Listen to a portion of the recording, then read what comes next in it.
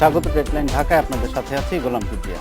বৈশাখ, বসন্ত, নবান্নের পাশাপাশি স্বাধীনতা 21 ও বিজয় দিবসের মতো জাতীয় অর্জনের দিনগুলো এখন উৎসবের আনন্দমুখর। পাশ্চাত্যের কিছু বিশেষ দিনও স্থান করে নিয়েছে আমাদের উদযাপনে। একই সঙ্গে গ্রামীণ মেলার মতো ঐতিহ্যবাহী পার্বণগুলো টিকে আছে নিজস্ব সক্রিয়তায়। আর ফেব্রুয়ারি এলে 21-এর বইমেলার ঘিরে মাস জুড়েই থাকে উৎসবের আমেজ। বাঙালির উৎসব আনন্দ নিয়ে কথা হবে আজকে ডেডলাইন ঢাকায়। আজ আমাদের সাথে স্টুডিওতে আছেন চিত্রশিল্পী মুস্তাফা মনোয়ার, আছেন অভিনেত্রী, তথ্যচিত্র ও নাট্য নির্মাতা রোকেয়া প্রাচী এবং কবি হেলাল হাফিজ। স্বাগত আপনাদের। কথা হচ্ছিল উৎসব নিয়ে।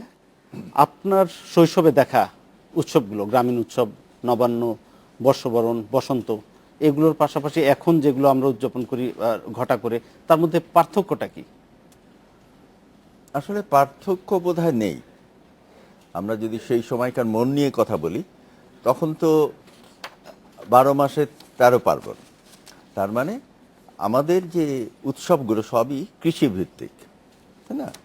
নতুন বছর, তারপর পৌষ মাস, এগুলো, তাই না? তো কৃষির থেকেই আমাদের উৎসবগুলো তৈরি হয়েছে। এবং গ্রামে যেটা দেখেছি যে সেখানে লাঠি খেলা হচ্ছে, তারপরে নাচ হচ্ছে, আবার সাঁওতালি যেখানে গেছি সাঁওতালদের ওখানে, সেখানে সাঁওতালিরা নাচছে। এরকম অনেক জায়গায় সেই ছোটোবেলায় আমরা ঘুরেছি। তো সেই যে আনন্দের যে ব্যাপারটি ছিল, এবং রবীন্দ্রনাথকে তো বারবার স্মরণ করতে হয় আমাদের সব কিছুর ব্যাপারে। এবং আসলে এই যে বাংলাদেশের সমস্ত মানুষ যে আনন্দ করবে, আনন্দ করতে হবে, সেই জন্যই রবীন্দ্রনাথ বারবার বলেছেন যে আমাদের দেশে কেবল ধর্মীয় অনুষ্ঠান নয়, আমাদের একেবারে জাতি ধর্ম নির্বিশেষে অনুষ্ঠান হওয়া উচিত। এবং সেই জন্যে বোধহয় তিনি এই বসন্ত উৎসব করেছিলেন, নবান্নকে আরও মানে প্রসারিত করেছিলেন। তো এইটা ভীষণভাবে আমরা বুঝতে পারি। আর ছোটোবেলায় হয়েছে কি, আমরা আমাদের পরিবার বোধহয় আমার পিতা কবি গোলাম মুস্তাফা, সুতরাং তিনি যখনই গ্রামের বাসায় যেতেন তখন ভীষণভাবে আনন্দ করতেন। আমরা সেখানে পাপেট দেখি, মানে পুতুল নাচ দেখেছি। এখনো কি আপনি একইভাবে আনন্দ করেন? হ্যাঁ, এখন তো নতুন নতুন হয়তো সেগুলো হচ্ছে। আরেকটি হলো যে এখন পোশাক পরিচ্ছদে সেটা চলে এসেছে, যেরকম বসন্ত উৎসবে যে রঙের যে ব্যবহার হচ্ছে, মেয়েরা করছে, মাথায় ফুল দিচ্ছে, এগুলো বড় সুন্দর লাগছে আর কি। এই যুগেও সেটা সুন্দর। অর্থাৎ দেশকে ছেড়ে তো উৎসব হয় না, তাই না? অবশ্যই। জি, আমি ওনার কথা প্রসঙ্গেই যাই আপনার কাছে। বলছিলেন কৃষিভিত্তিক আমাদের যে পার্বণগুলো, এর পাশাপাশি সাম্প্রতিককালে আমরা দেখছি যে কিছু কিছু নতুন নতুন উৎসব যোগ হচ্ছে আমাদের উদযাপনে। যেমন বলতে পারি ভালোবাসা দিবসের কথা, তার পাশাপাশি বাবা দিবস, মা দিবস, বন্ধু দিবস, নানা রকম সংযোজন হচ্ছে। এই সংযোজন কিভাবে দেখছেন আপনি? আমি এটাকে পজিটিভলি দেখতে চাই, কারণ আমার কাছে মনে হয় যে আমাদের ভেতরে তো সেই ভালোবাসা বোধগুলো আছেই। তারপরও যদি সেটাকে বিশেষ একটা দিনে এনে সেটাকে আরও প্রকাশ করা যায়, তাতে কিন্তু আমাদের পরিবারের বন্ধনগুলো দৃঢ় হয়। পরিবারের বন্ধনের সাথে সাথে প্রত্যেকটা সম্পর্ক যখন দৃঢ় হয়, তখন কিন্তু তার একটা সুন্দর প্রভাব আমাদের সমাজে, রাষ্ট্রে পড়ে। এবং মানুষে মানুষে যখন বন্ধনগুলো সুন্দর হতে থাকে, তখন কিন্তু আমরা দেখি যে মানবতারই জয় হয়। তখন পুরো রাষ্ট্রের ভেতরে আপনি দেখবেন যে কোনো সাম্প্রদায়িক সহিংসতা থাকবে না, কোনো ধর্ম নিয়ে কোনো অশুভ কোনো কিছু থাকবে না। মানুষে মানুষে যে ভেদাভেদ, সেটা কিন্তু তখন থাকে না। মানুষ কিন্তু তো সেই বিশেষ একটি দিনে সবসময় সুন্দরের দিকে যেতে থাকে। মা দিবস, বাবা দিবস, ওই দিনটিকে মায়ের দৃষ্টি দিয়ে দেখা। জননী জন্মভূমিষ্ঠ স্বর্গাদপি গরীয়সী, মাকে যেমন স্মরণ খেতেন, কিন্তু মার মধ্যে থেকে কিন্তু আমরা বাংলাদেশকে বা আমাদের জন্মভূমিকে আরো ভালোবাসতে শিখছি। এই যে প্রত্যেকটা ভালোবাসা দিবসে এসে কিন্তু ভেতরে আরো একটা গভীর যে তথ্য বা তত্ত্বের জায়গাগুলো, সেগুলো কিন্তু মানুষের ভেতরে আসছে। এবং ছোট ছোট ছেলেমেয়েরা যে এই উৎসব দেখে বড় হচ্ছে, ওরা কিন্তু এখান থেকে অনেক কিছু শিখছে। যদি আমাদের মনে হোক না কেন যে কর্পোরেট বাণিজ্য এসে ভর করছে, তারপরও আমাদের কিন্তু মানে স্বীকার করতেই হবে, ওই একটি দিন আমাদের শিশুরা যে বোধে মননে যে সুন্দরের পূজারি হচ্ছে, তারা যে রঙগুলো পাচ্ছে, যে সম্পর্কের গভীরতা পাচ্ছে, এবং তার মধ্যে দিয়ে কিন্তু একটা চেতনা তৈরি হচ্ছে, ওদের অনুভূতিগুলো সমৃদ্ধ হচ্ছে। সেটা অবশ্যই যখন একজন পরিণত বয়সে যাবে সেই শিশুটি, সেটা আমাদের রাষ্ট্রের জন্য, আমাদের সমাজের জন্য ভীষণ কার্যকর। প্রথমে আপনাকে অভিনন্দন জানাচ্ছি এবছর বাংলা একাডেমি পুরস্কার পাওয়ার জন্য। আর রোকেয়া প্রাচীর কথা প্রসঙ্গে আবার আপনার কাছে যাই। উৎসবে নানা রকম রং লাগছে, এই যে উৎসবের রং পাল্টাচ্ছে, মোস্তফা মনোয়ার বললেন যে পোশাকে নানা রকম ভাবে দেখা যায়, যেমন আমরা বিজয় দিবস বা স্বাধীনতা দিবসে লাল সবুজ, 21শে ফেব্রুয়ারিতে আমরা বর্ণমালা খচিত পোশাক, এগুলোর যে আসছে, এই পরিবর্তনটা আপনি কিভাবে দেখছেন? এই পরিবর্তনটা সময়ের প্রয়োজনেই এসেছে। অর্থাৎ আমরা এই উৎসবগুলিকে আরো জীবন্ত করতে চাচ্ছি, আরো প্রাণ দিতে চাচ্ছি। সেটা দিতে গিয়ে কিছু আনুষ্ঠানিকতার প্রয়োজন তো হয়ই। আমরা নিশ্চয়ই এখানে সবাই একমত হব, প্রেমে পড়ার জন্যে, ভালোবাসা দিবসের জন্য কেউ বসে থাকবে না। কিন্তু এই যে ভালোবাসা দিবসটা আমাদের দেশে আজকে প্রায় চালুই হয়ে গেছে বলা যায়। এটা এটা কেউ কেউ একটু বাঁকা নজরে দেখেন বটে, কিন্তু আমি এটার মধ্যে কোনো দোষ দেখি না। বিশেষ করে আমি তো মনে করি মুস্তফা মনোয়ার ভাইয়ের মতো প্রাগ্রসর চিন্তার মানুষ, রোকেয়া প্রাচীর মতো এরকম অভিনেত্রী, যার পুরো অভিনয় জীবনটাই নান্দনিকতায় মোড়ানো, তো এই তারা কেউই কিন্তু এটাকে কুনজরে দেখবেন বলে আমার মনে হয় না। তো আমি খুব বিনয়ের সঙ্গে বলে নিতে চাই, আমি সুবক্তা নই। কবিতা হচ্ছে আমার একমাত্র অস্ত্র, এবং আমার জীবনে 4টা জিনিস খুব গুরুত্বপূর্ণ, এর বাইরে আর কিছু না হলেও আমার চলে। সেই 4টার প্রথমটা হলো অক্সিজেন, দ্বিতীয়টা শস্যদানা, তৃতীয়টা আজকের যে দিনটি ভালোবাসা, সেই ভালোবাসা, প্রেম, চতুর্থটি হচ্ছে কবিতা। তো দেখা যাচ্ছে একটি ছাড়া বাকি সবগুলো বিনামূল্যে পাওয়া যায়। অক্সিজেনও কিন্তু বিনামূল্যে পাওয়া যায় না। আমরা কিন্তু এই যে উদ্ভিদ নিধন করছি, অন্যরকম একটা মূল্য দিতে হয় আমাদের পরিবেশকে সংরক্ষণ। আমি এই আমার প্রাথমিক বক্তব্যটা শেষ করব একটি প্রেমের কবিতা দিয়ে, অতি সম্প্রতি রচিত, ছোট্ট কয়েক পংক্তির একটি কবিতা। ধ্রুবতারা, তোমার সুন্দরে পুড়ে অঙ্গার হয়েছি, ভেবো না লক্ষ্মীটি, না কেঁদে বরং তুমি কুলকুল নদী হয়ে যাও, তোমার পবিত্র জলে স্নান করে শুদ্ধ ও শীতল হব, তারপর মিলে মিশে যুগল উল্লাসে শ্রমে প্রণয়ের মনোরম আশ্রম বানাবো। জি, ধন্যবাদ। আমরা আবার আসি আমাদের উৎসবের প্রসঙ্গে, যেটা বলছিলাম যে বাংলাদেশে যে সার্বজনীন যেসব উৎসব আছে, আমরা যদি বর্ষবরণের কথা বলি বা আমাদের বিজয় দিবস বা আমরা 21 ফেব্রুয়ারিতে যে ফুল দিয়ে আমরা শ্রদ্ধা জানাই, এগুলোর সঙ্গে কিন্তু আমাদের মৌলবাদীদের চিন্তা চেতনার একটা বিস্তর ফারাক আছে, এবং আমরা তাদের একটা বৈপরীত্য দেখি সব সময়। এইটি কেন?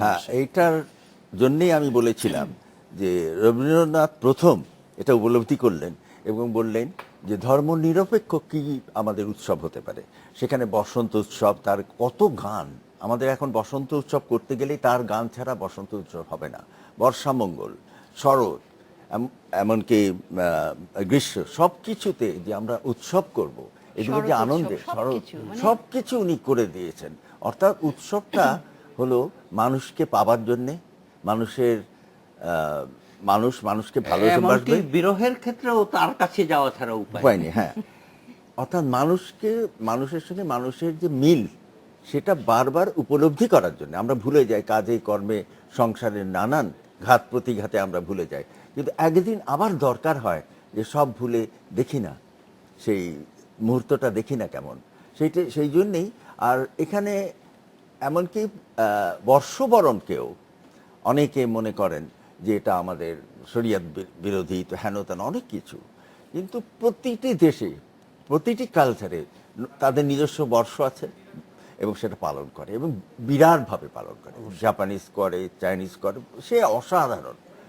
তাদের সেইটা- নিজস্ব সংস্কৃতির মাধ্যমে সেটাকে নিজস্ব সংস্কৃতি, অন্য দেশের ধার করা না। অবশ্যই। তো আমরা কেন আমাদের দেশের যে এত বছর ধরে কত মনীষীর, কত কবির, কত মানে শিল্পীর রচনা কেন আমরা ভুলে যাব? কেন আমরা আমাদের এই বোধ দিয়ে আমার দেশকে আবার নতুন করে পাবো না? অবশ্যই। একই প্রসঙ্গে আমরা জানতে চাইব রোকেয়া প্রাচীর কাছে, তবে একটা বিরতির পর। নিচ্ছে একটা বিরতি, সাথে থাকুন।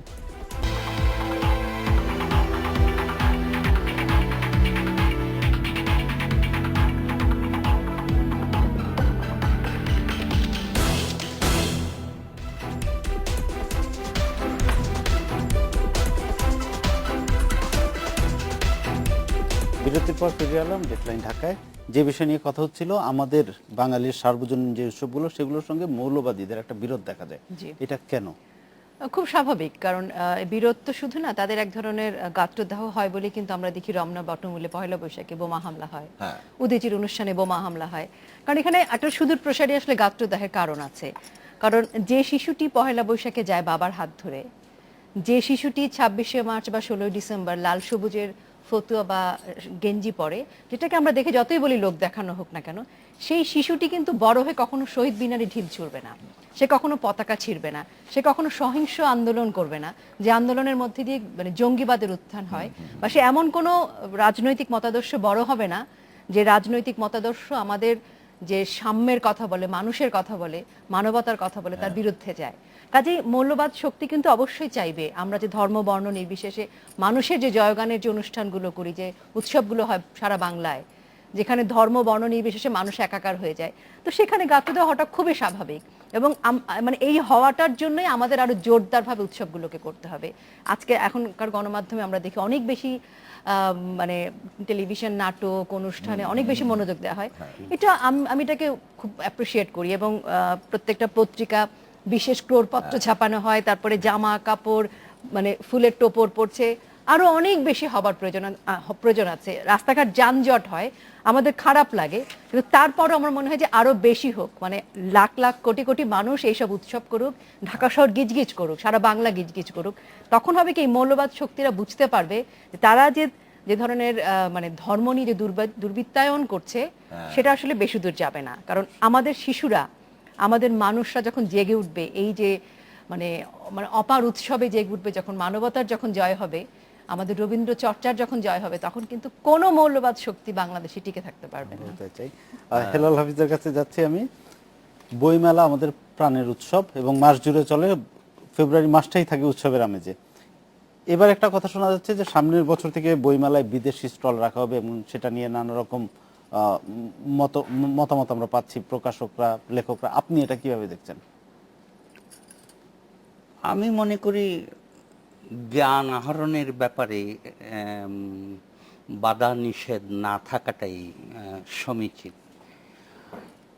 এটা গেল একদিক। আবার যেহেতু আমাদের যাত্রাটা বলা যায় সবে শুরু করেছি আমরা, এক অর্থে আমরা একটু পিছিয়ে আছি পুরো বিশ্ব থেকে, সেখান থেকে সেই দৃষ্টিকোণ থেকে একটু রক্ষণশীলতাও মানে জরুরি বলে মনে হয়। কিন্তু এটার মধ্যে একটা সামঞ্জস্য বিধান করতে হবে। আমি কি করে বলবো যে অমুক বইটি যেন বইমেলায় না আসে? এটা তো জ্ঞানের পক্ষে হলো না কথাটা।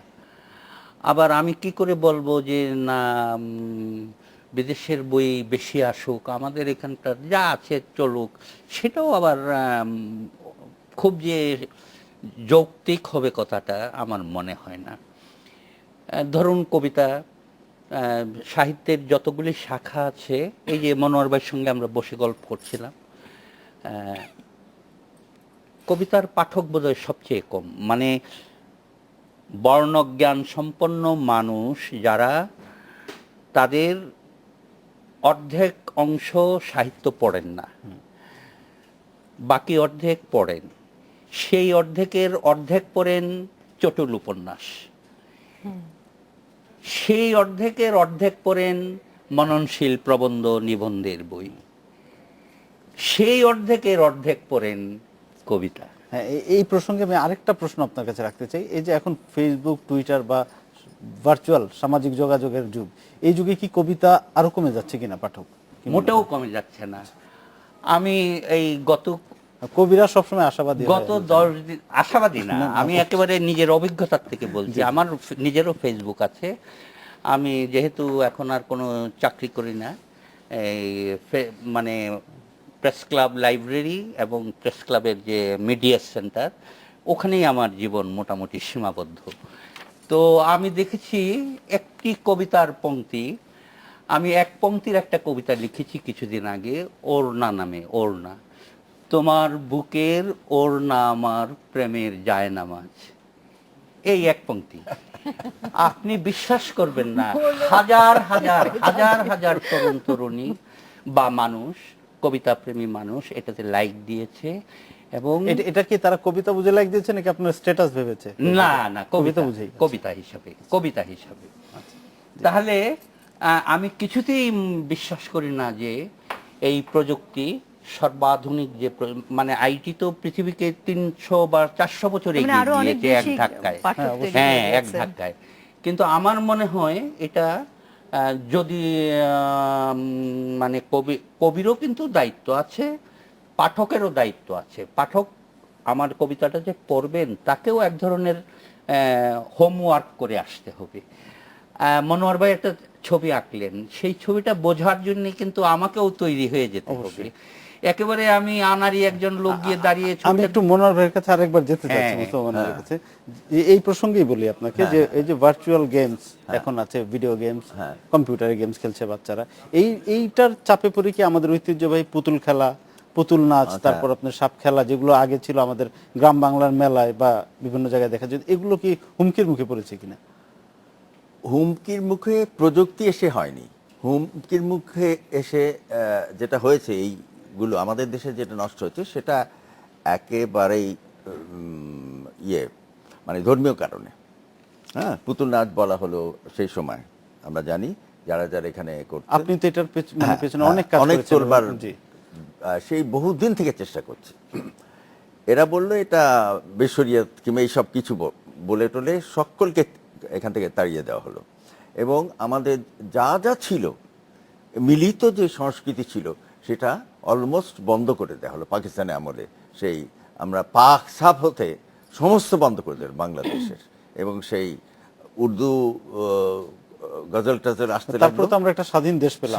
সেই তো স্বাধীন দেশ আসার পরে কিন্তু আমরা কেন জানি মনকে স্বাধীন করতে পারিনি সেরকম ভাবে। এবং মুক্ত চিন্তা, স্বাধীনতা মানে কিন্তু কেবল একটা ভূমির স্বাধীনতা নয়, হ্যাঁ, মনের স্বাধীনতা। বড় হলো আমার মন, মনন, চেতনার স্বাধীনতা।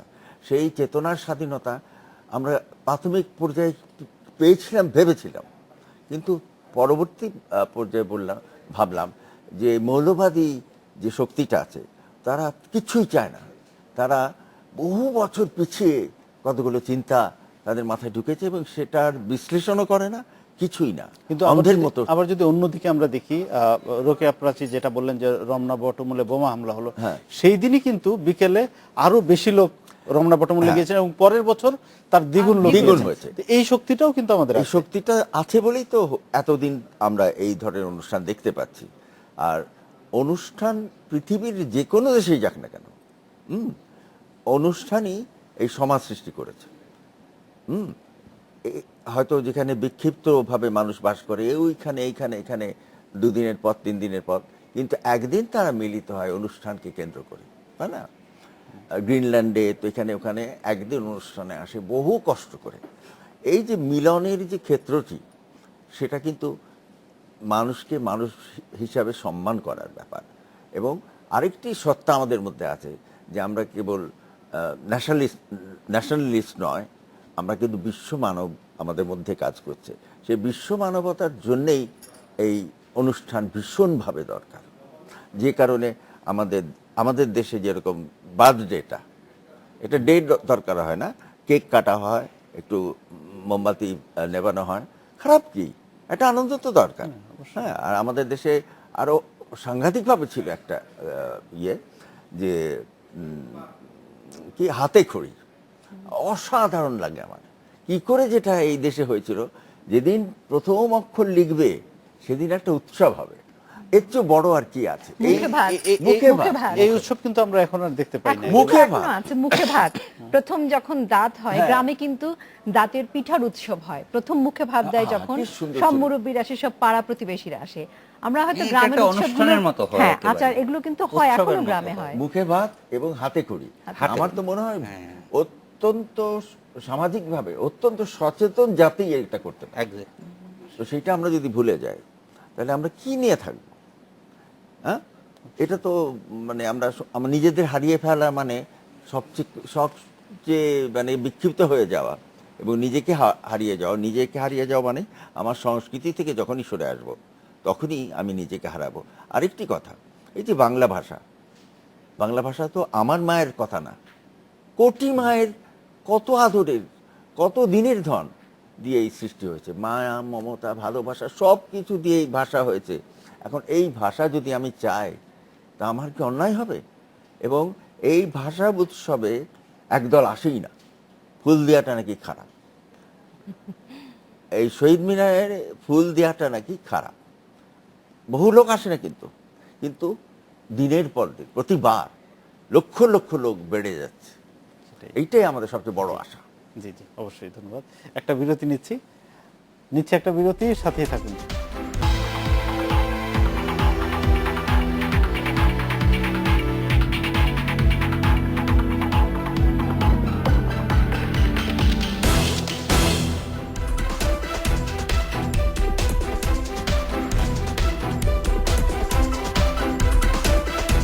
বিরতির পর ফিরে এলাম ডেডলাইন ঢাকায়।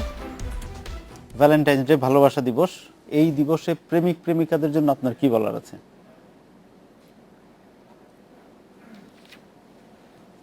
আর অল্পক্ষণ পরেই এই ভালোবাসা দিবস মানে ঘড়ির কাঁটা পেরিয়ে যাবে। আজকে দুটি গুরুত্বপূর্ণ ঘটনা ঘটেছে, শুধু ঢাকা শহরে নয়, হয়তো সারা পৃথিবীতেই।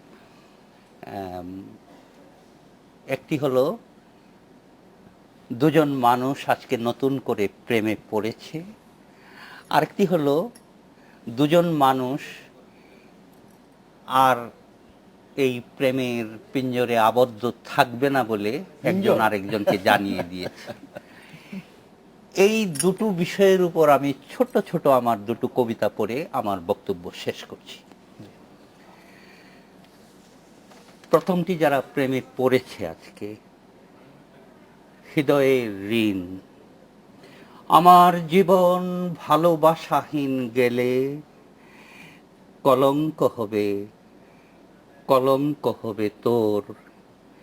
খুব সামান্য হৃদয়ের ঋণ পেলে বেদনাকে নিয়ে সচ্ছলতার ঘর বাঁধব নিমেষে। শর্তবিহীন হাত গচ্ছিত রেখে লাজুক দুহাতে আমি কাটাবো উজাড় যুগল বন্দি রাত অযুত স্বপ্নে। শুনেছি জীবন দামি, একবার আসে তাকে ভালোবেসে যদি অমার্জনীয় অপরাধ হয় হোক। ইতিহাস দেবে অমরতা নিরবধি, আয় মেয়ে গড়ি চারু আনন্দ লোক। দেখব দেখাবো পরস্পরকে খুলে যত সুখ আর দুঃখের সব দাগ। আয়না পাশানি একবার পথ ভুলে, পরীক্ষা হোক কার কত অনুরাগ। ঠিক এর পাশাপাশি যারা আজকে একজন আরেকজনকে বিদায় দিলেন, নো বলেছে। এক সময় কিন্তু এই বিদায়ের পরিণতি ছিল ভয়াবহ। এই আমাদের দেশেই মুখে এসিড ছুঁড়ে মারত, এখনো সেই অবস্থা খুব পরিবর্তন এখন ঘটেছে। একেবারেই এটা একেবারে মানে সামাজিক আন্দোলনের কারণে খুব কম একেবারে গিয়েছে। খুবই কম দাঁড়িয়েছে। কিন্তু ওই যে আমরা এক চাই- মনীষী বলেছেন যে ভালোবাসা তুমি যদি এই বেদনাকে you can love her, you can suffer for her, or you can turn her into literature. এই কথাটা যদি আমরা বিশ্বাস করি মনে প্রাণে এবং অনুশীলন করি, তাহলেই কিন্তু সামাজিক এই সব অনাচার অনেকটা কমে যাবে। আমি ঠিক এই কথাটাই এখানে বলতে চেয়েছি। এটাও খুব ছোট কবিতা, তারপর আপনি আপনার অন্য বক্তব্যে চলে যান। এটা হচ্ছে, আগেই বলেছি আমি, প্রত্যাখ্যানের কবিতা, ব্রহ্মপুত্রের মেয়ে।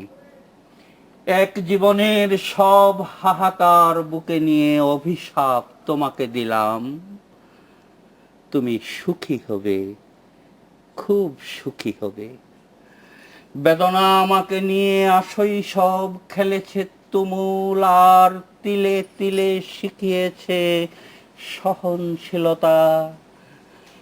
নীলাজ নখের মতো দুঃখ কেটে কেটে আমি আজকাল অর্জন করেছি মৌন উদ্ভিদের মুখর স্তব্ধতা। ওলো উল্লাসিনী, না জেনে শুনেই কেন দিতে গেলে টোকা? তুমি আর কি বেদনা দেবে, কতটা কাঁদাবে? বালখিল্য এ খেলায় আমার চেয়েও বেশি তুমি হারাবে। এক জীবনের সব হাহাকার বুকে নিয়ে অভিশাপ তোমাকে দিলাম, তুমি সুখী হবে, ব্রহ্মপুত্রের মেয়ে। দেখে নিও, খুব সুখী হবে। ধন্যবাদ। খুব সুন্দর। আমি আশা করি মনোয়ার ভাই এবং প্রাচী, এমনকি উপস্থাপক নিজেও এই আমার শেষ কথাটির সঙ্গে একমত হবেন, এবং এই শেষ কথাটি বলে আমি বিদায় নিচ্ছি। সেটা হলো, ভালোবাসাও দুমুখো সাপ, বাসলে কাটে, না বাসলেও। জি, ধন্যবাদ।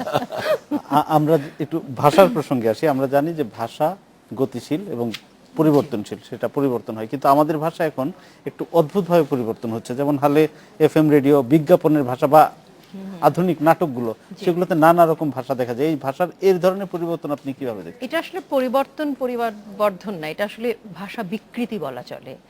আমাদের আসলে ভাষা বিকৃতি করবার অধিকার নেই, কারণ আমরা একমাত্র জাতি যার মাতৃভাষা নিয়ে আমরা 1952 সালে মাতৃভাষা পেয়েছি। সারা পৃথিবীতে আন্তর্জাতিক মাতৃভাষা দিবস আছে।